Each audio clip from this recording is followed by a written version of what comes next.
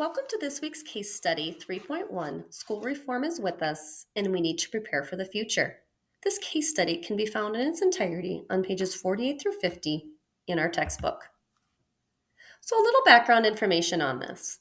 Dr. Polger is a principal, superintendent, and is now most recently a professor of educational administration at State University, and she is presenting at a National School Board conference in regard to school reform. She's providing that training for school board members to understand school reform and take the lead is imperative. She goes on to state that lasting changes come from each board member being trained in the programs they want implemented. Special education within school reform, how does that fit in? Per Dr. Polger, educational reform of the 21st century is not about special education. It is rather about effective education for all. It is the board's responsibility to implement these school reform programs. Chris and Jack are president and vice president of Hilltown District. They are one of 200 people at this presentation. They're having a lot of side conversations, and they start discussing influential parent members are going to be demanding change.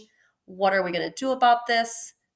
They would like to see increased involvement of general education teachers working with students in special education.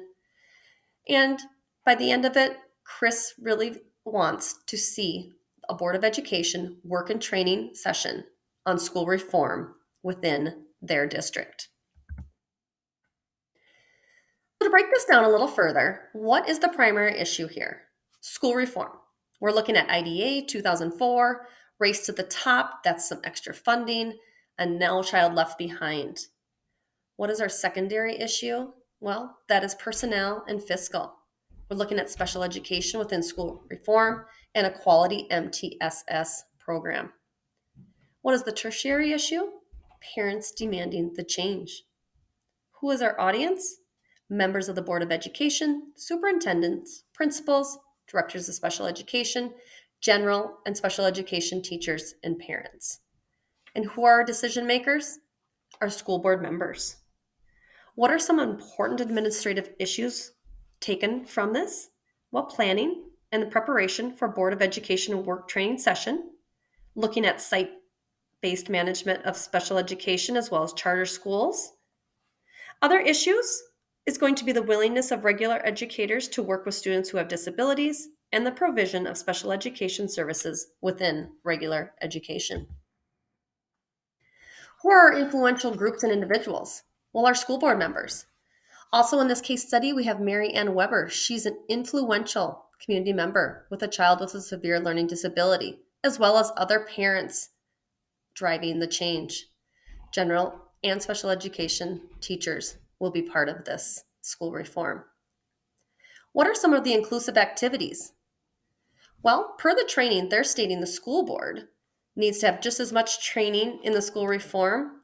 So that is the school board and the staff being included on training so they can best understand tiers of instruction with embedded strategies, supports, reliance on evidence-based instruction and assessment practices, team decision making, and or corporation of data-based decisions.